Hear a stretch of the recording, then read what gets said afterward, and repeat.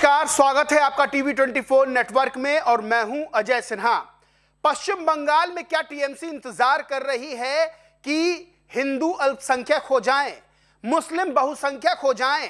क्योंकि ममता बनर्जी के एक मंत्री का बयान बहुत तेजी से वायरल हो रहा है। सिर्फ इतना ही नहीं, मंत्री के बयान के साथ साथ ममता बनर्जी के भी उस बयान का जिक्र करूंगा जो उन्होंने कुछ दिन पहले दिया था और जिसके बाद बीजेपी ने उन पर निशाना साधा था। इसको सीधे तौर पर हिंदुओं के खिलाफ कथित धमकी माना गया था। वहीं सबसे बड़ी चीज यह है कि पश्चिम बंगाल में डेमोग्राफी चेंज एक बड़ा सिरदर्द नजर आ रहा है, बड़ी चिंता का विषय नजर आ रहा है। वहां टीएमसी के मंत्री ना सिर्फ ये कहते हैं कि मुस्लिम देश में बहुसंख्यक हो जाएगा, वहीं वो ये भी कहते हैं कि पश्चिम बंगाल में 50% लोग उर्दू बोलें। आपको बताएंगे कि एसआईआर में जो नाम कटे हैं वो बेहद चौंकाने वाला है। सब कुछ बताऊंगा, बने रहिए इस वीडियो में, क्योंकि ये वीडियो पश्चिम बंगाल के चुनाव से पहले जो बयानबाजियां चल रही हैं उसको लेकर बहुत महत्वपूर्ण है। सबसे बड़ी बात यह है कि ममता बनर्जी का एक बयान वायरल हुआ था। वो बयान क्या था जिसको बीजेपी ने भी ट्वीट किया था? वो बयान ये था जिसमें ममता बनर्जी कहती हुई सुनाई दे रही हैं, क्योंकि मैं सीएम हूं इसलिए तुम सब सुरक्षित हो। अगर तुम मुझे हटाओगे और बीजेपी को वोट दोगे तो याद रखना कि एक कम्युनिटी है जो तुम सबको 1 सेकंड में खत्म कर देगी, इसलिए अगर तुम सुरक्षित रहना चाहते हो तो मुझे वोट देते रहो। यह बयान बीजेपी वेस्ट बंगाल ने भी शेयर किया था और सीधे दावा किया था कि ममता बनर्जी सीधे तौर पर हिंदुओं को धमकी दे रही हैं, डराने की कोशिश कर रही हैं। आपको बताएं, ममता बनर्जी का ही बयान नहीं बल्कि ममता बनर्जी के मंत्री हैं, कोलकाता के मेयर हैं, ममता बनर्जी के बेहद खास हैं फिरहाद हकीम, उनके भी कई बयान वायरल हो रहे हैं इस समय सोशल मीडिया पर। आपको बताते हैं न्यूज़ 18 की एक खबर जिसमें लिखा है जो लोग इस्लाम में पैदा नहीं हुए वो। बंगाल में मंत्री ने दिया ऐसा बयान कि मचा बवाल, बीजेपी का असेंबली से वॉकआउट। यह खबर 1 अगस्त 2024 को छपी थी। लिखा हुआ है कोलकाता के मेयर टीएमसी के मंत्री फिरहाद हकीम की एक धार्मिक कार्यक्रम में कहा कि जो लोग इस्लाम में पैदा नहीं हुए हैं वे दुर्भाग्यशाली हैं, वे दुर्भाग्य के साथ पैदा हुए हैं, इसे गैर मुसलमानों में फैलाया जाना चाहिए। यानी जो इस्लाम में पैदा नहीं हुआ है वो टीएमसी के मंत्री के हिसाब से दुर्भाग्यशाली है, वो दुर्भाग्य से पैदा हुआ है। यानी कि सोचिए कि क्या सोच है मंत्री की। वही मंत्री फिरहाद हकीम ने कहा था कि हम मुसलमान हैं, मुसलमान घर में पैदा हुए, मुसलमान घर में पढ़े बढ़े, हमारी नमाज की तहजीब ज्यादातर लोगों को पता है, लेकिन जो बदकिस्मती से पैदा हुए, जो इस्लाम में पैदा नहीं हुए, उन्हें भी इस्लाम की शिक्षा दी जाती है। यानी सोचिए कि जो इस्लाम में पैदा नहीं हुआ उसे मंत्री कह रहा है कि वो बदकिस्मती से पैदा हुआ है। जनसत्ता की एक खबर है 19 फरवरी 2026 को छपी। इसमें लिखा है देश में बहुसंख्यक होंगे मुसलमान, सच साबित हो सकता है ममता के मंत्री का बयान, बदलती डेमोग्राफी समझिए। इसमें मंत्री फिरहाद हकीम ने एक बयान दिया तो कहा था, ऐसी संभावना जताई थी कि इस देश में मुस्लिम बहुसंख्यक हो जाएंगे। उन्होंने कहा अगर अल्लाह ने चाहा तो मुसलमान बहुमत में होंगे।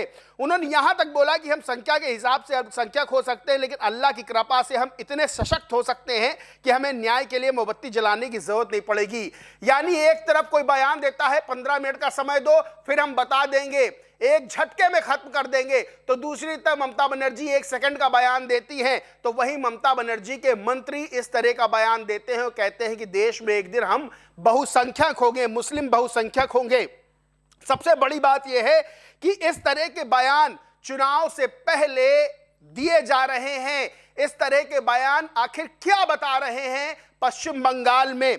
वहीं सबसे बड़ी बात यह है कि फैक्ट्स नाम के एक ट्विटर यूजर ने एक वीडियो शेयर किया, इन्हीं जो मंत्री हैं फिरहाद हकीम उनका, जिसमें यह लिखा है वे टीएमसी मंत्री कोलकाता के मेयर हैं, उनकी इच्छा है कि एक दिन बंगाल की 50% आबादी उर्दू बोले। हर बंगाली को ये वीडियो देखना चाहिए और तय करना चाहिए कि असली बंगाल विरोधी कौन है। यानी ये मंत्री, इस ट्वीट के हिसाब से जो दावा किया गया है, ये मंत्री चाहते हैं कि पश्चिम बंगाल की 50% आबादी उर्दू बोले। अब जाहिर सी बात है उर्दू मुस्लिमों की लैंग्वेज होती है, वो बोलते हैं, तो क्या ये चाहते हैं कि जल्द से जल्द 50% हो जाए? बता दें 30% के लगभग मुस्लिम पश्चिम बंगाल में हैं। सबसे बड़ी बात यह है कि बीजेपी वेस्ट बंगाल ने एक ट्वीट किया है, उसमें लिखा है 1905 प्रकाशित लाल इश्तिहार महज एक पर्चा नहीं था, उसने कई हिंदू परिवारों की मृत्यु का वो कारण बना। टीएमसी का इश्तिहार भी कुछ ऐसा ही है। एक वित्तीय वर्ष में मदरसों के लिए 5,713 करोड़ आवंटित करके टीएमसी ने स्पष्ट कर दिया वे पश्चिम बंगाल में जनसांख्यिकी परिवर्तन की परियोजना को आगे बढ़ाने के लिए सरकारी धन का उपयोग करेंगे। हम इस रूपांतरण को पश्चिम बांग्लादेश में नहीं बदलने देंगे। यानी सीधे तौर पर बीजेपी ने भी आरोप लगाया है कि टीएमसी ये चाहती है सीधे सीधे कि जनसंख्या परिवर्तन की परियोजना को आगे बढ़ाया जाए, इसके लिए सरकारी धन का दुरुपयोग किया जा रहा है। आपको बताएं, एक अखबार आज का मेरे हाथ में है, इसमें जो खबर छपी है वो बेहद चौंकाने वाली है। बंगाल में मतदाता सूची से 91 लाख नाम बाहर हुए हैं, 91 लाख। अब आप सुनिएगा किस किस जिले से नाम कितने कितने बाहर हुए हैं। दरअसल जो नाम कटे हैं वो सबसे अधिक मुर्शिदाबाद जिले से कटे हैं। वहां पर 11,01,145 विचाराधीन मामलों में 4,55,137 नाम कटे हैं। दूसरे स्थान पर 24 परगना जिला है जहां पर 3,25,666 नाम कटे हैं। मालदा तीसरे नंबर पे है जहां 2,39,375 नाम कटे हैं। सबसे बड़ी बात यह है, जिन जिलों की बात हो रही है मुस्लिम बाहुल्य इलाके हैं। अब इसको लेकर बीजेपी ने सीधे तौर पर निशाना साधा और कहा है कि मतदाता सूची से हटाए गए लोगों में बड़ा हिस्सा मृत लोगों का है। मुख्यमंत्री ममता बनर्जी चाहती हैं मृत लोग भी वोट दें, इसलिए वो आपत्तियां उठा रही हैं। वहीं दूसरे बांग्लादेशी मुसलमानों का यहां कोई स्थान नहीं है। यानी सोचिए कि इतने लाख लोग इन मुस्लिम बाहुल्य जिलों में मतदाता सूची में बने हुए थे। बड़ा सवाल यह खड़ा होता है कि आखिर पश्चिम बंगाल में हो क्या रहा है। आखिर पश्चिम बंगाल में जो इस तरह की बयानबाजी हो रही है वो क्यों हो रही है।